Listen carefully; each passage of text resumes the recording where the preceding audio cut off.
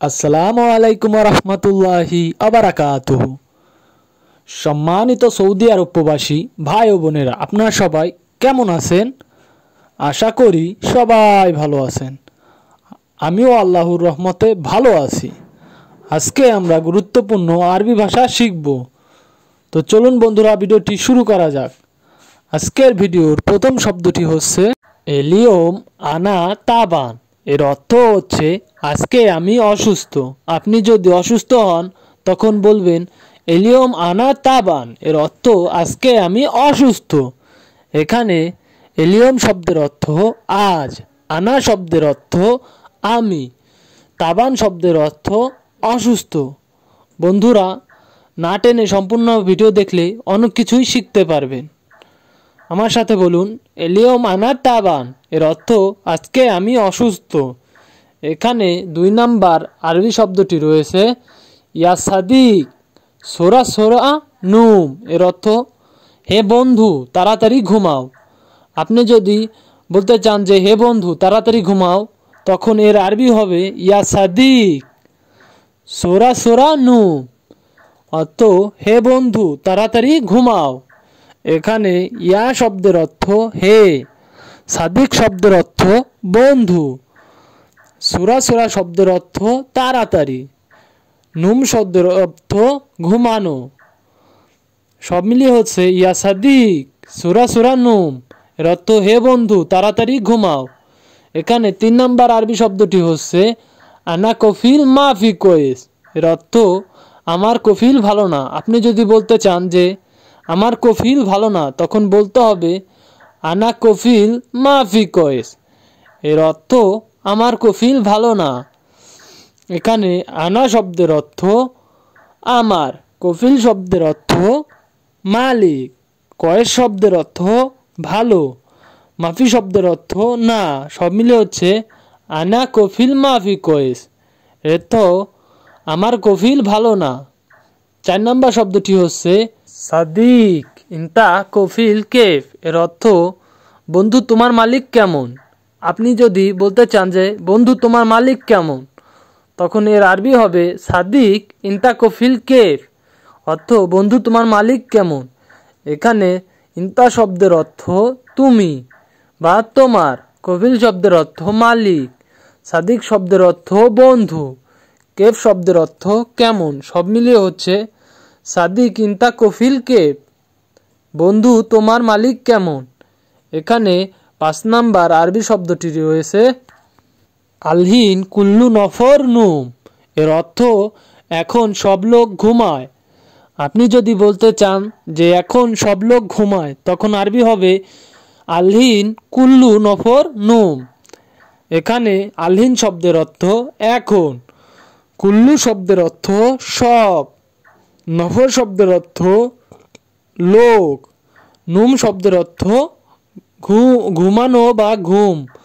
সব মিলে হচ্ছে বন্ধুরা আলহিন কুল্লু নফর নুম, এখন সব লোক ঘুমায়। এখানে 6 নাম্বার আরবি শব্দটি হচ্ছে সাদিক সুগল খালাস। এর অর্থ বন্ধু কাজ শেষ। আপনি যদি বলতে চান যে বন্ধু কাজ শেষ, তখন আরবি হবে সাদিক সুগল খালাস। অর্থ বন্ধু কাজ শেষ। সাদিক শব্দের অর্থ বন্ধু, সুগল শব্দের অর্থ কাজ, খালাস শব্দের অর্থ শেষ। বন্ধুরা, আপনাদের জন্য আমি 3 থেকে 4 বার বলতেছি বোঝার সাথে। আপনারা আমার সাথে বলবেন, এতে করে আপনার মুখের জড়তা কেটে যাবে। এখানে 7 নাম্বার আরবি শব্দটি রয়েছে আনা আশা খালাস দালহিন নুম। এর অর্থ আমার রাতের খাওয়া শেষ, এখন ঘুমাবো। আপনি যদি বলতে চান আমার রাতের খাওয়া শেষ, এখন ঘুমাবো, তখন বলতে হবে আনা আশা খালাস দালহিন নুম। এখানে আনা শব্দের অর্থ আমার, দালহিন শব্দের অর্থ এখন, আশা শব্দের অর্থ রাতের খাবার, খালাস শব্দের অর্থ শেষ। সব মিলে হচ্ছে বন্ধুরা আনা আশা খালাস দালহিন নুম। এর অর্থ আমার রাতের খাওয়া শেষ, এখন ঘুমাবো। এখানে 8 নাম্বার আরবি শব্দটি রয়েছে মুদির আনারো সল্লি মাগরিব। এর অর্থ বস আমি মাগরিবের নামাজ পড়তে যাচ্ছি। বন্ধুরা, অনেকেই আছে যে নামাজ পড়তে যেতে চান আজান হলে, যদি মাগরিবের হয় তাহলে বলতে হবে মাগরিব, যদি জোহরের হয় তাহলে ওখানে জোহর বললেই হয়ে যাবে। আমার সাথে বলুন, মুদির আনা রোজ সল্লি মাগরিব। বস, আমি মাগরিবের নামাজ পড়তে যাচ্ছি। এখানে মুদির শব্দের অর্থ বস, আনা শব্দের অর্থ আমি, রো শব্দের অর্থ যাওয়া, সল্লি শব্দের অর্থ পড়া, মাগরিব শব্দের অর্থ মাগরিব। এখানে 9 নাম্বার আরবি শব্দটি হচ্ছে বন্ধুরা ওয়াহেদ শাহার ওয়াহেদ ইজাজা।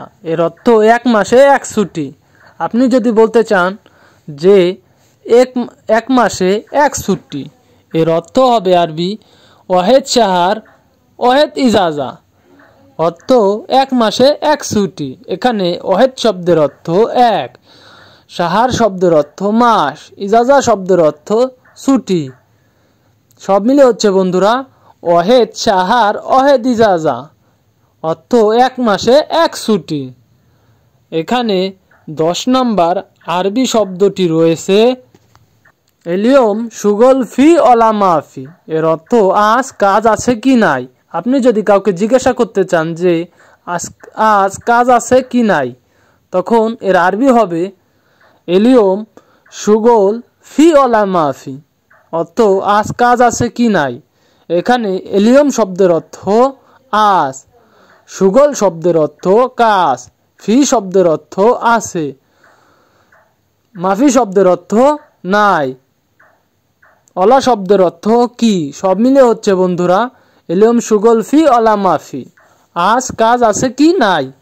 এখানে 11 নাম্বার আরবি শব্দটি হচ্ছে ইন্তা সুগল মিতা খালাস। এর অর্থ তোমার কাজ কখন শেষ হবে। আপনি যদি জিজ্ঞাসা করতে চান তোমার কাজ কখন শেষ হবে, তখন বলবেন ইন্তা সুগল মিতা খালাস, অর্থ তোমার কাজ কখন শেষ হবে। এখানে ইন্তা শব্দের অর্থ তোমার, সুগল শব্দের অর্থ কাজ, মিতা শব্দের অর্থ কখন, খালাস শব্দের অর্থ শেষ। সব মিলে হচ্ছে বন্ধুরা ইন্তা সুগল মিতা খালাস, তোমার কাজ কখন শেষ হবে।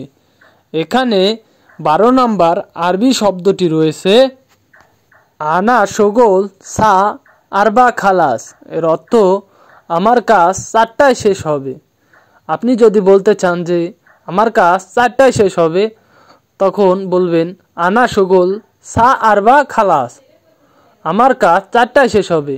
এখানে আনা শব্দের অর্থ আমার, সুগল শব্দের অর্থ কাজ, সা শব্দের অর্থ সময়, আরবা শব্দের অর্থ 4, খালাস শব্দের অর্থ শেষ। সব মিলিয়ে হচ্ছে আনা সুগল সা আরবা খালাস, আমার কাজ 4টায় শেষ হবে। এখানে 13 নাম্বার আরবি শব্দটি রয়েছে মিতা রো গুরফা, অর্থ কখন যাবে রুমে। আপনি যদি কাউকে বলতে চান যে কখন যাবে রুমে, তখন বলবেন মিতা রো গুরফা, অর্থ কখন যাবে রুমে। মিতা শব্দের অর্থ কখন, রো শব্দের অর্থ যাওয়া, গুরফা শব্দের অর্থ রুমে। সব মিলিয়ে হচ্ছে বন্ধুরা মিতা রো গুরফা, অর্থ কখন যাবে রুমে।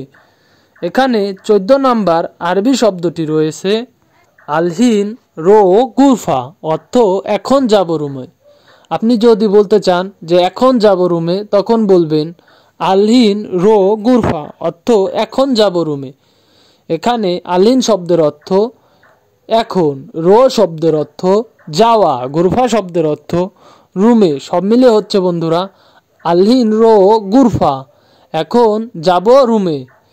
এখানে 15 নাম্বার আরবি শব্দটি রয়েছে আনা রো ইন্তা সোয়া সোয়া। এর অর্থ আমি যাব তোমার সাথে। সে যদি বলতে চায় যে আমি যাব তোমার সাথে, তখন বলবে আনা রো ইন্তা সোয়া সোয়া, অর্থাৎ আমি যাব তোমার সাথে। এখানে আনা শব্দের অর্থ আমি, রো শব্দের অর্থ যাওয়া, ইন্তা শব্দের অর্থ তোমার, সোয়া সোয়া শব্দের অর্থ সাথে। সব মিলিয়ে হচ্ছে আনারো ইন্তা সোয়া সোয়া, অর্থ আমি যাব তোমার সাথে। সম্মানিত সৌদি আরব প্রবাসী ভাই ও বোনেরা, আপনারা যারা সৌদি আরবে নতুন যাবেন অথবা গেছেন, বিশেষ করে তাদের জন্য আমার এই ভিডিওগুলো আপনারা দেখলে উপকৃত হবেন।